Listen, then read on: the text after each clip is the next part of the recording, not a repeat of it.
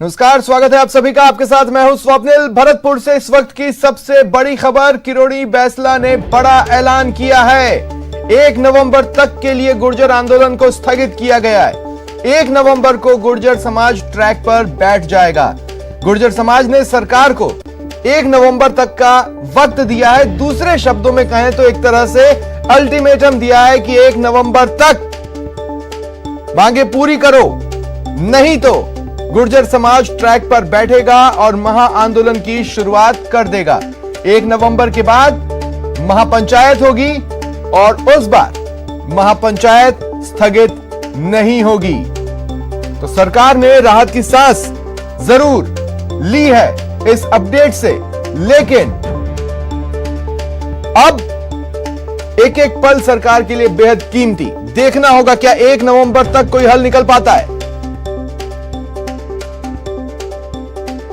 तारीख को हम डिसाइड कर लेंगे, या तो हमारी मांग पूरी हो जाती, नहीं तो हमारा आंदोलन करेंगे। बिल्कुल आंदोलन करना तो बहुत आसान है, कोई कठिन नहीं है। आप देख लीजिए जनता कितनी आई है। जनता की आज का दिन खाली शक्ति प्रदर्शन का था एक तरह से। ये जोर मत, शक्ति प्रदर्शन करके हमने सरकार को साबित कर दिया कि हमको हल्के में न ले।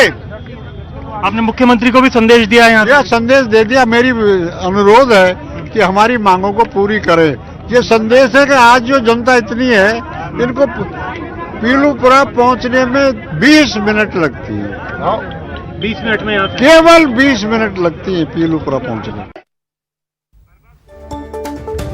और ज्यादा जानकारी के लिए बात करेंगे सहयोगी अरबाज से। तो अरबाज, एक तरह से महापंचायत कर अल्टीमेटम दिया गया है।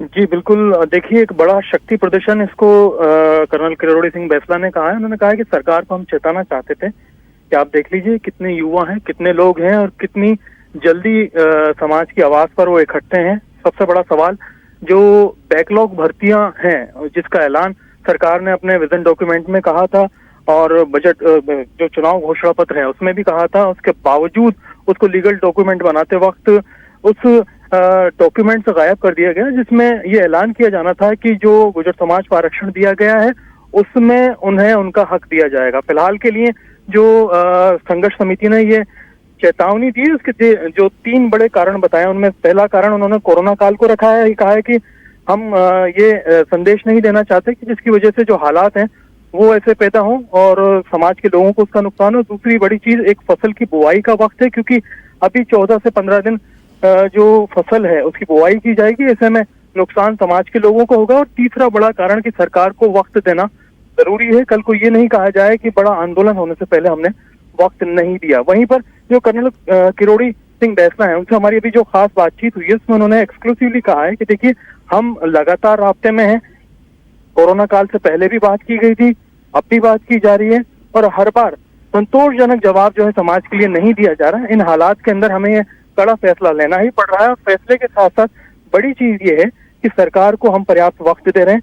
कल को ये नहीं कहा जाए कि गुर्जर आरक्षण संघर्ष समिति ने बातचीत के लिए वक्त नहीं दिया, क्योंकि मुख्य मुद्दा जो था आरक्षण का 5% का, वो मान लिया गया था। बैकलॉग जैसी जो डिमांड है, खासतौर पर जो 3 शहीद हुए थे, जिसे समाज शहीद कहता, 3 लोग मारे गए थे इस आंदोलन में, उस लोगों को जो कंपनसेशन दिया जाना चाहिए था वो अभी तक नहीं दिया गया है। वो डिमांड यहाँ पर रखी गई है। तीसरी बड़ी बात, जो विजन डॉक्यूमेंट है इनका, उसको लेकर के सवाल खड़ा किया गया है कि जो समाज से ये वादा किया गया था कि आपके वोट तो सरकार के प्रतिनिधि के तौर पर अरबाज, वहां पर अशोक चांदना भी पहुंचे, उनसे भी तो इनकी बातचीत हुई होगी। इनने उनको क्या कहा, उन्होंने इनको क्या कहा?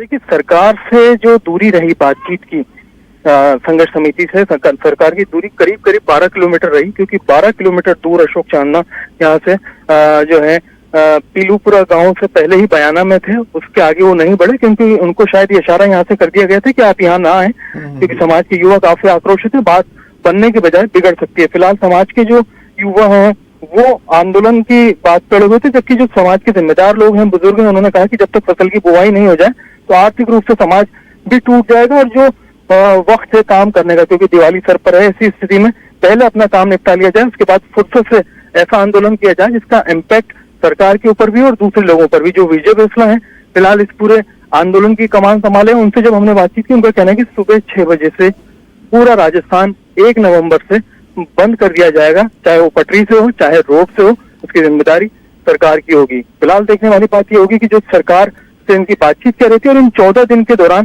क्या बातचीत करके रास्ता निकाला जाता है। अच्छा अरबाज, इस आंदोलन, इस महापंचायत से जुड़ा एक सवाल है जो डायरेक्टली इस घटनाक्रम या राजनीतिक घटनाक्रम या मांगों से जुड़ा नहीं है। अरबाज, मैं जानना चाहता हूं, चूंकि जो महामारी एक्ट है, तस्वीरें ये बता रही हैं कि उसका उल्लंघन तो हुआ है, तो क्या प्रशासन इंडिपेंडेंटली उस केस को परस्यू करेगा? देखिए, इंडिपेंडेंटली उस केस को परस्यू करने के लिए प्रशासन ने यहाँ पर एक बड़ी चीज की है कि इसकी वीडियोग्राफी कराई है, जो एविडेंस है वो इकट्ठे किए हैं।